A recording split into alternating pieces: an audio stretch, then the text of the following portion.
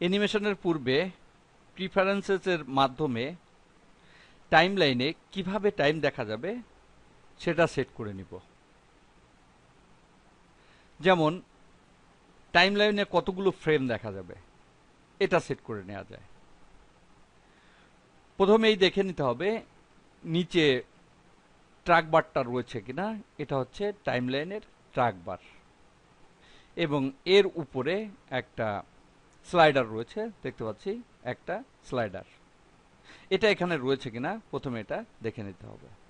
যদি না থাকে তাহলে কাস্টমাইজ মেনুতে যেতে হবে, শো ইউআই, এবং এখান থেকে শো ট্র্যাক বার এখানে ক্লিক করে টিক চিহ্নটা দিতে হবে। যেহেতু এটা স্ক্রিনে রয়েছে তাই এখানে টিক চিহ্ন রয়েছে।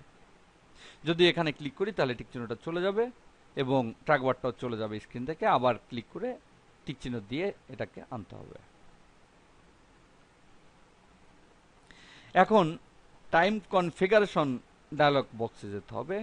এর জন্য এর নিচে এই কন্ট্রোলার থেকে এখানে এই আইকনটির উপর ক্লিক করতে হবে। দেখতে পাচ্ছি টাইম কনফিগারেশন ডায়লগ বক্স। প্রথমে এখানে রয়েছে ফ্রেম রেট। ডিফল্ট অবস্থায়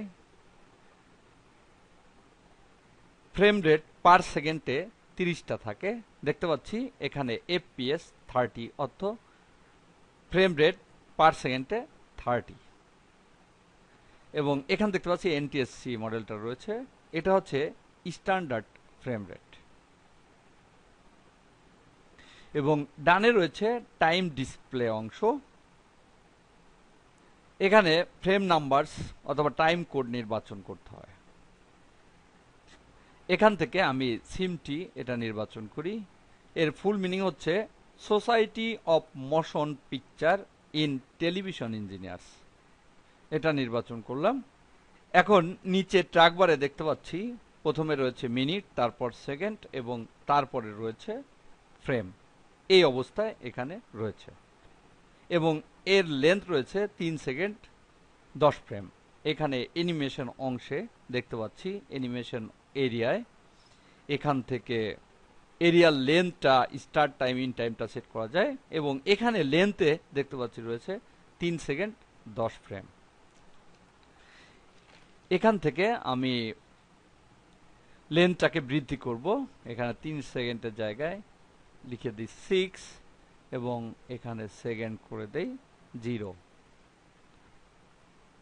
তাহলে এর লেন্থ হয়ে গেল 6 সেকেন্ড 0 ফ্রেম।